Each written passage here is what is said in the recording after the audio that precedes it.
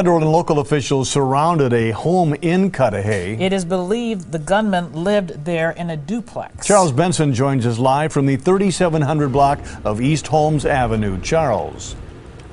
And this is still an active situation. FBI here on the scene as well as local law enforcement. I'm joined now by Teresa Reyna, who was evacuated from her home and is also now waiting to be escorted back into your house. What were you told when you were asked to leave your house in a hurry? Well, we were told that we could be in danger, that we needed to leave right away, and we were shown a picture. If this gentleman had looked familiar, and it looked familiar, but I couldn't quite place the face. But they took our names, said we had to leave immediately, and they didn't go into any kind of explanation. They said that we would find out in the near future. We would understand why. Did this photo appear that you could recognize this person? What kind of photo was it? Was it from some sort of previous lineup? It may have been, or maybe a driver's license. It looked more like a driver's license picture, I would say. And did not recognize his name or his face? There was no name, so it was just a face, and it did look familiar. But like I said, I couldn't quite place it. So you live right next to the home that police were concerned about?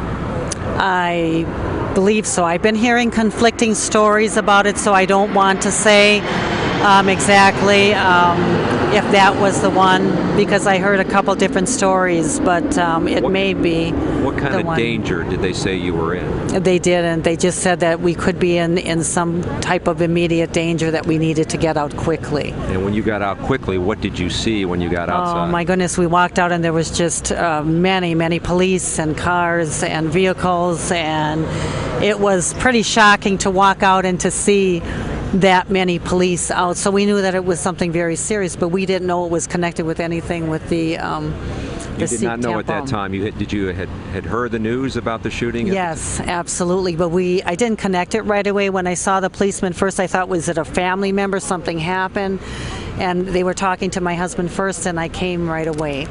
And but we didn't know that it was connected with that at all. Teresa, I know it's been a long day. I know you want to get up early tomorrow to get to work, so we do appreciate your sharing your story with us. Thank you very much. You're welcome. I know that she's trying to get back inside. We'll let you go to see if you can get escorted back in.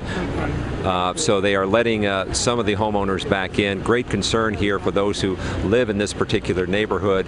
We are hearing conflicting reports about just exactly where this alleged shooter lived. We know that he initially was living here on this side of the street. You can see the bright lights behind me. That's where law enforcement has set up, at least for now. But there was an indication from another person we talked to who said that this suspect, the man that police believe is involved in the shooting at the Sikh temple, had an argument apparently with his girlfriend, and then asked the landlord if he could have another place, or if he had another place to move into, and that place turned out to be right across the street. So law enforcement had to deal with two particular homes here.